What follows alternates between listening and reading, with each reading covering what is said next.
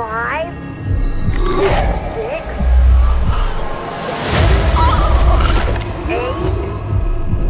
9, 10, 11, 12. The thing that's been happening for a while now in Hollywood is there are some heroisms and some anti-heroisms. They always show their enemies with creatures that have really ugly and terrifying faces. Faces that you would not want to look at and say, we are the saviors, they only want to create chaos in the world. And per usual, the savior is an American with blue eyes. Pay attention that during the Cold War, they were focused on the Soviet Union as the anti-American regime. So anytime they wanted to set an example of something bad and horrifying, they would use them. Or how, at another time, they were focused on the Nazis, like the movie Dead Snow that they've made. It's a movie built by Norwegians about zombies who represent the Nazis, who are resurrected and wreak havoc again.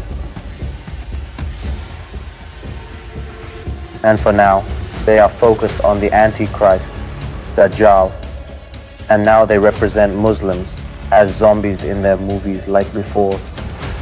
A bunch of dead men who rise from beneath the ground, and what do? They eat people, they bite. This resurrection of the dead has roots in the ideology of Torah and Bible. It has religious roots, and it's still present in the New Testament. Jesus yelled and submitted his soul, and suddenly the Solomon temple got cut in half, and the ground shook and rocks broke. I want to read the Gospel of Matthew, chapter 27, verse 50 to 54. And graves opened, who were resting, rose. We know of this religious phenomenon as Rajat, and how complicated of a topic it is. Whether it's the returning of good people or bad people, like how it's said in the Bible. Well, if an emergence is near, from their viewpoint at least, and the Mahdi is emerging, well represent the Mahdi as Antichrist himself. And then, who will those that return with him be? A bunch of terrorist Muslim zombies. They eat people. They can't be good people. Look, can it be done in a more elegant way than this? The title of terrorism and bloodshed is now attached to Muslims, and especially the apocalypse and Mahdi, the 12th Imam. And the entanglement of three concepts, zombies, terrorism, and Islam, happened acutely.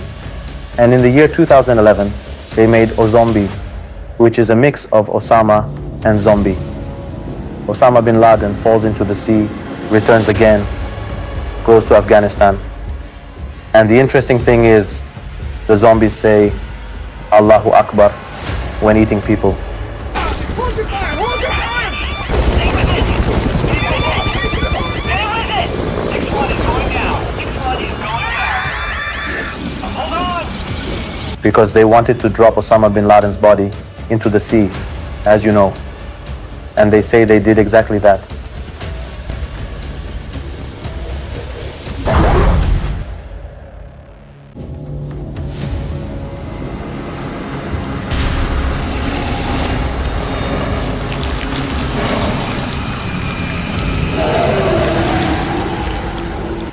For years they said their Mahdi is Osama bin Laden himself. Even the Salafi branch said, yes, there's no problem with him being Mahdi. If you remember, it was the year 2008 or 2009 when I was giving a speech and I read from a piece of paper the thing that one of the Salafis had said, his nose like Mahdi's nose. They said this about Osama bin Laden. And very elegantly, the word zombie, which has roots in religion and history, got brought into movies, then it got attached to apocalypse, and then it got entangled with terrorist Islam. From the year 2013, they focused on Israel. Zombies have been introduced, and it has been established that Zombieland is the Islamic countries.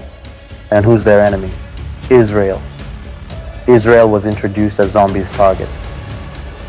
For example, the concept of retaining wall was introduced, that those who want to be safe from zombies make walls around themselves. And it wasn't only in World War Z, but in other movies such as Warm Bodies. A retaining wall was talked about as a means to keep the city safe.